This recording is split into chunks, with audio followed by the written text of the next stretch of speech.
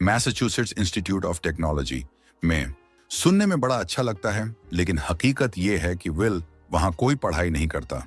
वो तो बस यूनिवर्सिटी की इमारतों की सफाई करता है। एक दिन जब वो गलियारे की सफाई कर रहा होता है, तभी उसकी नजर बोर्ड पर लिखे एक बहुत मुश्किल गणित के सवाल पर पड़ती है। ये सवाल लिखा था प्रोफेसर जेराल्ड लैम्बो ने। उन्होंने पूरे कॉलेज को चुनौती दी थी कि जो भी इस सवाल को हल कर लेगा, उसका नाम यूनिवर्सिटी की किताबों में छपेगा और उसे नाम और इज्जत दोनों मिलेंगे। विल उस सवाल को ध्यान से देखता है और उसका मन वहीं अटक जाता है। पूरे दिन वो उसी सवाल के बारे में सोचता रहता है, यहाँ तक कि जब अपने दोस्तों के साथ बार में होता है, तब भी उसका दिमाग उसी सवाल में उलझा रहता है। अचानक वो दोस्तों को छोड़कर सीधे अपने छोटे से पुराने घर चला जाता है, ताकि रात भर बैठकर उस सवाल को हल कर सके। घर में उसके पास बोर्ड नहीं होता, इसलिए वो बाथरूम के शीशे पर हल लिखता है और गलतियां मिटा मिटा कर कोशिश करता रहता है। कई घंटों बाद आखिरकार वो सवाल हल कर देता है। कुछ दिनों बाद जब वो काम पर जाता है, तो सफाई करते करते ही बोर्ड पर सही हल लिख देता है। और जब प्रोफेसर लैम्बो बोर्ड पर लिखा हल देखते हैं, तो हैरान रह जाते हैं। उन्हें विश्वास ही नहीं होता कि उनके किसी स्टूडेंट ने इतना मुश्किल सवाल इतनी जल्दी हल कर दिया। वो ये जानने के लिए बेचैन हो जाते हैं कि आखिर ये जीनियस है कौन। उसी शाम विल अपने दोस्तों के साथ बाहर घूम रहा होता है। रास्ते में उन्हें कुछ लोग मिलते हैं। उनमें से एक लड़का एक लड़की का मजाक उड़ाता है। विल उस लड़के को पहचान लेता है। ये वही इंसान था जो बचपन में उसे बहुत तंग करता था। गुस्से में विल अपने दोस्त से गाड़ी रोकने के लिए कहता है और बिना सोचे समझे उतरकर सीधे उस पर हमला कर देता है। विल उसे मुक्का मारता है और देखते ही देखते दोनों ग्रुप के बीच लड़ाई शुरू हो जाती है। थोड़ी देर में पुलिस वहां पहुंच जाती है। विल के दोस्त उसे बचाकर खींचने की कोशिश करते हैं, लेकिन तब तक देर हो चुकी होती है। पुलिस विल को गिरफ्तार कर लेती है। अगली सुबह प्रोफेसर लैम्बो अपने स्टूडेंट्स को लेक्चर देते हैं। सबकी नजर उन्हीं पर टिकी होती है, क्योंकि सब ये जानना चाहते हैं कि आखिर वो कौन है जिसने इतना मुश्किल सवाल हल किया। लेकिन क्लास में कोई भी इसका जवाब नहीं देता। प्रोफेसर थोड़े निराश होकर कहते हैं कि अगर किसी ने पिछला सवाल हल कर लिया है, तो अब मैं तुम्हें और भी कठिन सवाल दूंगा। वो बताते हैं कि ये वही प्रॉब्लम है जिस पर वो और उनके साथी पिछले 2 साल से काम कर रहे हैं, और अब वही सवाल बोर्ड पर लिखा हुआ है। इधर विल पुलिस स्टेशन से बाहर निकलता है और अपने दोस्तों को बताता है कि उसकी अगले हफ्ते कोर्ट की तारीख है। शाम को वो अपनी नौकरी पर जाता है और वहां फिर से बोर्ड पर लिखा एक आसान सा सवाल देखता है। जल्दी जल्दी उसे हल करने लगता है ताकि कोई देख न ले। तभी प्रोफेसर लैम्बो अपने ऑफिस से बाहर आते हैं और विल को बोर्ड पर लिखते हुए देख लेते हैं। वो गुस्से में पूछते हैं, तुम यहाँ क्या कर रहे हो? विल तुरंत माफी मांगकर पीछे हट जाता है। प्रोफेसर को लगता है कि ये लड़का कोई शरारती है जो बस बोर्ड पर बेवजह लिख रहा है। वो उसे पकड़ने की कोशिश करते हैं, लेकिन विल फुर्ती से वहां से गायब हो जाता है। जब प्रोफेसर दोबारा बोर्ड देखते हैं, तो उन्हें पता चलता है कि वहां सही जवाब लिखा हुआ है। ये देख वो दंग रह जाते हैं। शाम को काम खत्म होने के बाद विल अपने दोस्तों के साथ बार में जाता है और बताता है कि उसे नौकरी से निकाल दिया गया है। अब वो यूनिवर्सिटी के अंदर आकर सवाल हल नहीं कर पाएगा। उसके दोस्त पूछते हैं, क्यों निकाला? तो विल मजाक में कहता है, बस मैनेजमेंट ने बदलाव किया है। अगले दिन प्रोफेसर लैम्बो ठान लेते हैं कि अब वो इस रहस्यमयी जीनियस को ढूंढेंगे। वो सीधे सफाई कर्मचारियों के दफ्तर पहुंचते हैं और पूछते हैं, यहाँ काम करने वाले एक लड़के का नाम चाहिए। लेकिन वहां के स्टाफ को लगता है कि प्रोफेसर सफाई की शिकायत करने आए हैं, इसलिए वो तुरंत विल का नाम नहीं बताते।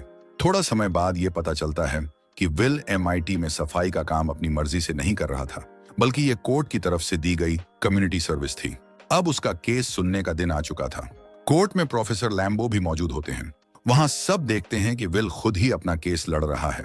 वो कानून और समाज के बारे में इतनी जानकारी दिखाता है कि सब हैरान हो जाते हैं।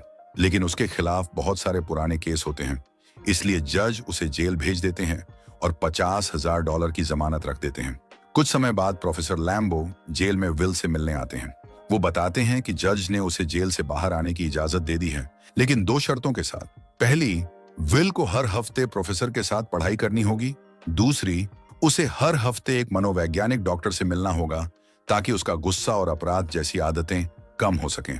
विल को लगता है कि उसे मनोवैज्ञानिक डॉक्टर की कोई जरूरत नहीं है, लेकिन आजाद होने के लिए वो ये शर्त मान लेता है। जेल से निकलने के बाद वो प्रोफेसर के साथ पढ़ाई शुरू करता है और मुश्किल से मुश्किल सवाल आसानी से हल कर देता है। प्रोफेसर उसकी काबिलियत देखकर बहुत प्रभावित होते हैं, लेकिन थेरेपी इतनी आसान नहीं होती। प्रोफेसर कई अलग अलग डॉक्टर बुलाते हैं, लेकिन कोई भी विल को संभाल नहीं पाता। पहला डॉक्टर तो डर ही जाता है क्योंकि विल उसकी लिखी किताब का मजाक उड़ाता है। विल कहता है कि उसने उसकी किताब एक ही रात में पढ़ ली और उसमें कुछ खास नहीं है। ये सुनकर डॉक्टर गुस्से में सेशन छोड़कर चला जाता है। दूसरे मनोवैज्ञानिक डॉक्टर ने विल को संभालने की कोशिश कुछ अलग तरीके से की। उसने उसे हिप्नोटिज्म में डालकर सुलाने की कोशिश की, लेकिन यह तरीका भी काम नहीं करता। ये देखकर प्रोफेसर लैम्बो लगभग हार मान लेते हैं। तभी उन्हें अपने पुराने कॉलेज के दोस्त शॉन मैगवायर की याद आती है, जो अब एक मनोवैज्ञानिक डॉक्टर है। प्रोफेसर शॉन के ऑफिस में जाकर विल का मामला बताते हैं और उसे साथ मिलकर एक रेस्टोरेंट में चर्चा करने का न्योता देते हैं। शॉन पहले तो मना कर देता है क्योंकि उसका शेड्यूल बहुत व्यस्त होता है, लेकिन प्रोफेसर लैम्बो उसे समझाते हैं कि विल कोई साधारण लड़का नहीं है, बल्कि एक अलग ही स्तर का जीनियस है। वो उसकी तुलना उस मशहूर गणित के विद्वान से करते हैं जिसने बिना किसी औपचारिक पढ़ाई के बड़े बड़े खोज किए थे। ये सुनकर शॉन आखिरकार विल से मिलने के लिए राजी हो जाता है। पहले सेशन में विल हमेशा की तरह बदतमीजी और मजाक से डॉक्टर को परेशान करने की कोशिश करता है। वो शॉन की बनाई पेंटिंग तक का मजाक उड़ाता है और कहता है कि ये बिल्कुल बेकार है। शॉन इस पर गुस्सा नहीं करता और शांत रहता है, लेकिन जब विल उसके निजी जीवन और उसकी पत्नी का मजाक उड़ाता है, तब शॉन बुरी तरह भड़क उठता है। वो सख्त लहजे में कहता है, अगर तुमने मेरी पत्नी का नाम फिर लिया तो मैं तुम्हें बर्बाद कर दूंगा, और इसके साथ ही सेशन खत्म कर देता है। बाद में जब प्रोफेसर लैम्बो देखते हैं कि शॉन परेशान है, तो वो उसे कहते हैं कि अगर चाहे तो ये केस छोड़ सकता है, लेकिन शॉन साफ कहता है कि वो अगले हफ्ते फिर से विल से जरूर मिलेगा। पहले सेशन के बाद शॉन देर तक विल की बातों के बारे में सोचता रहता है, खासकर जब उसने उसकी पत्नी का जिक्र किया था। ये यादें उसे अकेला महसूस कराती हैं। उधर विल अपनी जिंदगी में थोड़ा आगे बढ़ता है। वो बार में मिली लड़की स्काइलर के साथ डेट पर जाता है। स्काइलर उसे बताती है कि उसे अपने पापा से बहुत पैसे विरासत में मिले हैं और वो स्टैनफोर्ड यूनिवर्सिटी में एडमिशन लेने की सोच रही है। दोनों की शाम बहुत अच्छी गुजरती है और आखिर में एक डाइनर में दोनों किस करते हैं। अब आता है दूसरा थेरेपी सेशन। इस बार शॉन विल को ऑफिस में नहीं बल्कि पार्क की बेंच पर ले जाता है। जैसे ही विल अपनी पुरानी मजाक और तानेबाजी वाली हरकतें शुरू करता है, शॉन उसे रोक देता है। शॉन कहता है कि उसने विल की बातों पर बहुत सोचा है और अब उसके पास कहने को कुछ है।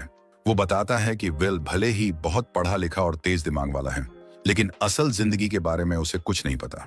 वो दुनिया के हर कलाकार के बारे में किताबों से जान सकता है, लेकिन उसने कभी बोस्टन छोड़कर उनकी असली कलाकृतियां नहीं देखी। वो युद्ध पर लिखी किताबें सुना सकता है, लेकिन उसने कभी युद्ध का मैदान नहीं देखा। वो प्यार की कविताएं सुना सकता है, लेकिन उसने कभी किसी औरत से सच्चा प्यार नहीं किया, न ही उसके सामने खुद को पूरी तरह खोला। और सबसे अहम बात, जब तक विल अपने दिल का दर्द खुद नहीं बताएगा, तब तक कोई ये नहीं समझ सकता कि एक अनाथ होने का दर्द क्या होता है। शॉन कहता है कि किताबों से ये सब नहीं सीखा जा सकता, असली सबक जिंदगी खुद सिखाती है। अगले सेशन में विल पूरे टाइम चुप रहता है। शॉन शांति से बैठा रहता है क्योंकि उसे पता होता है कि विल बस उसे परख रहा है, और वो सही निकलता है। अगले ही सेशन में विल चुप्पी तोड़ता है और शॉन को एक गंदा चुटकुला सुनाता है। इसके बाद दोनों हल्की फुल्की बातें करने लगते हैं। विल अपनी डेट के बारे में बता देता है। शॉन पूछता है कि क्या वो स्काइलर से दोबारा मिलेगा। तब विल एक सच्चाई मान लेता है। वो कहता है कि शायद नहीं, क्योंकि वो नहीं चाहता कि स्काइलर की उसकी नजरों में बनी परफेक्ट इमेज टूट जाए। लेकिन शॉन उसे समझाता है कि असल में विल अपनी ही बनाई हुई परफेक्ट इमेज से डर रहा है, लड़की की नहीं। असली रिश्तों में एक दूसरे की कमियां और आदतें स्वीकार करनी पड़ती हैं। शॉन अपनी बीवी की कहानी बताता है, जो हाल ही में कैंसर की वजह से गुजर गई थी। वो कहता है कि उसे उसकी छोटी छोटी आदतें और नखरे सबसे ज्यादा याद आते हैं। असली प्यार और नजदीकी तभी होती है जब हम इंसान को उसकी कमियों के साथ अपनाएं। पहली बार विल ध्यान से सुनता है। दूसरी तरफ विल स्काइलर से मिलने उसके हॉस्टल पहुंचता है। स्काइलर हैरान होती है क्योंकि विल ने लंबे समय से उसे कॉल नहीं किया था, लेकिन वो बाहर जाने के लिए मान जाती है। अगले दिन दोनों डॉग रेस देखने जाते हैं और बहुत अच्छा वक्त बिताते हैं। स्काइलर विल से पूछती है कि वो कहाँ बड़ा हुआ।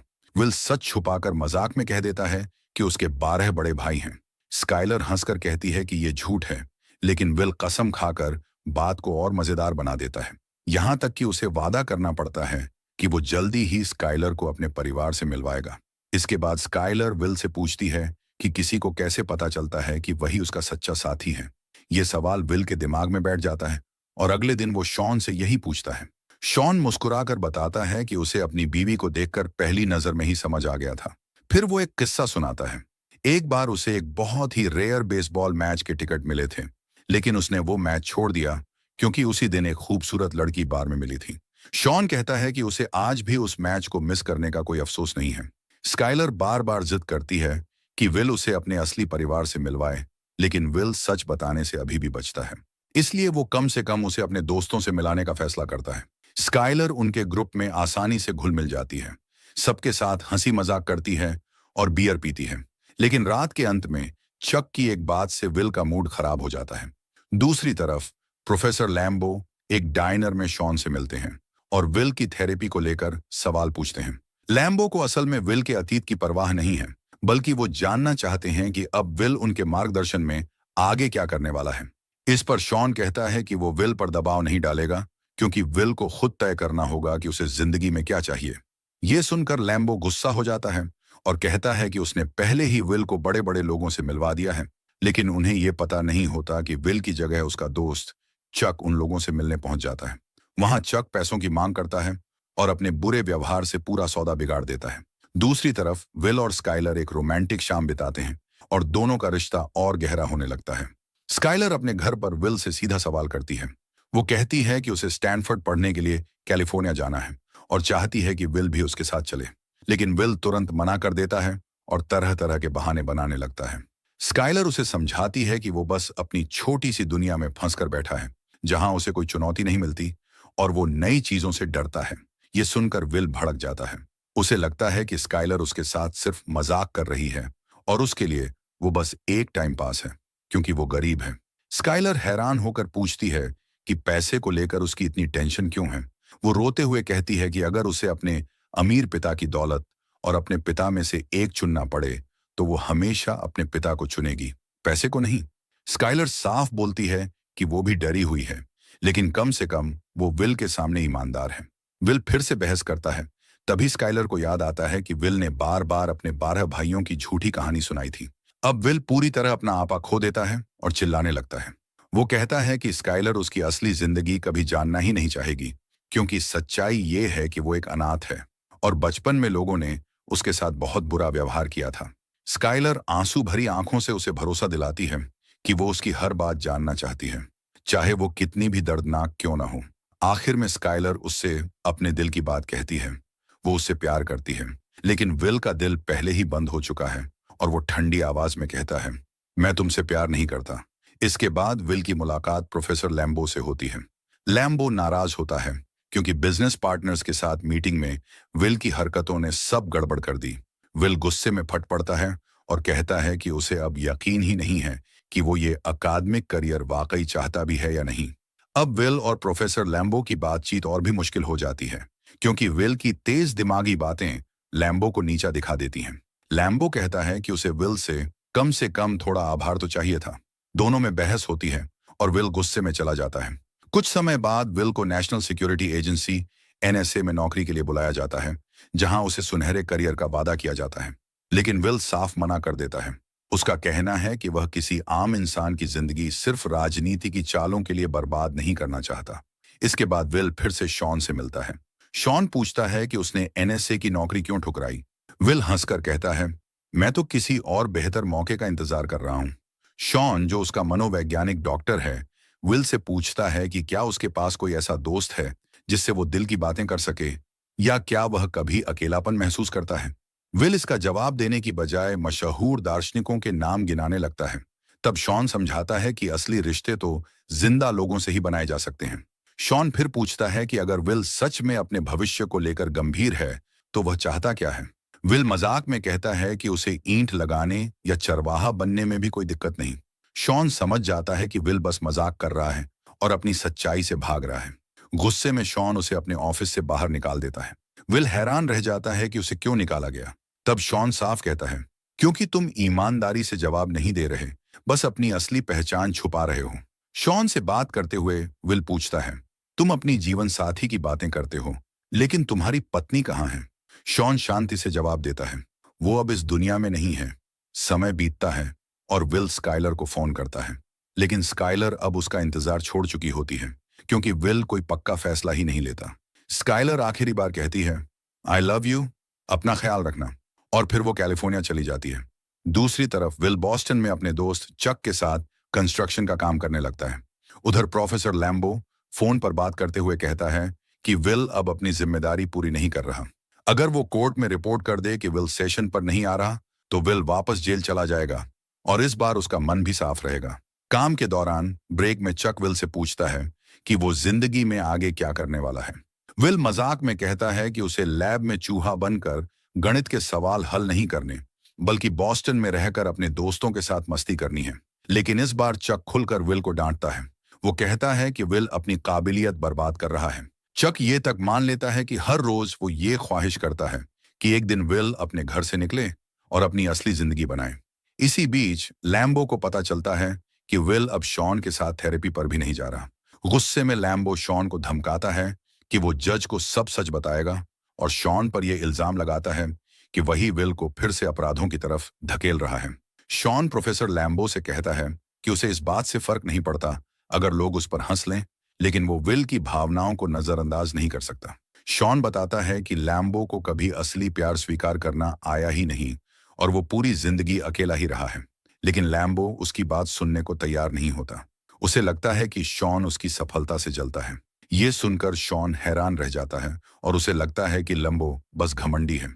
शॉन समझाता है कि वो सिर्फ विल के भविष्य और उसकी असली ख्वाहिशों की परवाह करता है, जबकि लैम्बो का दबाव उसे नाकाम बना सकता है। तभी लैम्बो चुपचाप वहां से चला जाता है और विल को शॉन के साथ अकेला छोड़ देता है। शॉन विल को बताता है कि उसका और लैम्बो का झगड़ा व्यक्तिगत नहीं है, बल्कि ये पुरानी बातों से जुड़ा हुआ है। फिर शॉन बात बदलते हुए बताता है कि उसने विल के बारे में जज के लिए एक रिपोर्ट तैयार की है। विल उससे पूछता है कि क्या उसके जैसे और भी मरीज उसके पास आए हैं। तभी शॉन पहली बार अपनी पर्सनल लाइफ शेयर करता है और बताता है कि उसका पिता शराबी था जो उसे बहुत मारा करता था। वो विल से कहता है कि जो कुछ भी उसके साथ हुआ उसकी गलती नहीं है। शुरुआत में विल मजाक बनाकर बात टालने की कोशिश करता है, लेकिन फिर अचानक टूटकर अपने असली जज्बात बाहर निकाल देता है। आखिरकार सब कुछ साफ होने लगता है कि उसका पिता शराबी था और बचपन में उसे बहुत मारा पीटा करता था। विल अपनी आखिरी सेशन के लिए शॉन के पास आता है और बताता है कि उसने प्रोफेसर लैम्बो द्वारा सुझाई गई कंपनियों में से एक में जॉब ज्वाइन करने का फैसला कर लिया है और वो इस फैसले से खुश है। शॉन भी कहता है कि उसने थोड़ी दुनिया घूमने का सोचा है और जाते जाते अपना नंबर विल को दे देता है। शाम को विल अपने दोस्तों के साथ अपना बर्थडे सेलिब्रेट करता है। उसके दोस्त उसे एक कार गिफ्ट करते हैं जो उन्होंने पुराने पार्ट्स से जोड़कर बनाई थी। इस बीच प्रोफेसर लैम्बो शॉन से मिलने आता है। दोनों एक दूसरे से माफी मांगते हैं और फिर साथ में बार में ड्रिंक करने निकल जाते हैं। दूसरी तरफ हमेशा की तरह चक विल को लेने आता है, लेकिन इस बार वो देखता है कि विल घर पर नहीं है। ये देखकर चक बहुत खुश होता है, बिल्कुल वैसे ही जैसे वो अपने सपनों में हमेशा चाहता था। विल ने शॉन के लिए एक नोट छोड़ रखा था। शॉन उसे पढ़ता है और पता चलता है कि विल ने जॉब छोड़ दी है और कैलिफोर्निया चला गया है स्काइलर के पास। उस नोट में विल वही लाइन लिखता है जो कभी शॉन ने अपने दोस्तों से कही थी जब उसने बेसबॉल मैच छोड़कर अपनी होने वाली पत्नी से मिलने का फैसला किया था। और इसी खूबसूरत अंदाज में ये कहानी खत्म होती है। ये कहानी हमें सिखाती है कि जिंदगी में असली जीत डिग्री या नौकरी से नहीं, बल्कि सच्चे प्यार और अपने असली मकसद को पहचानने से मिलती है।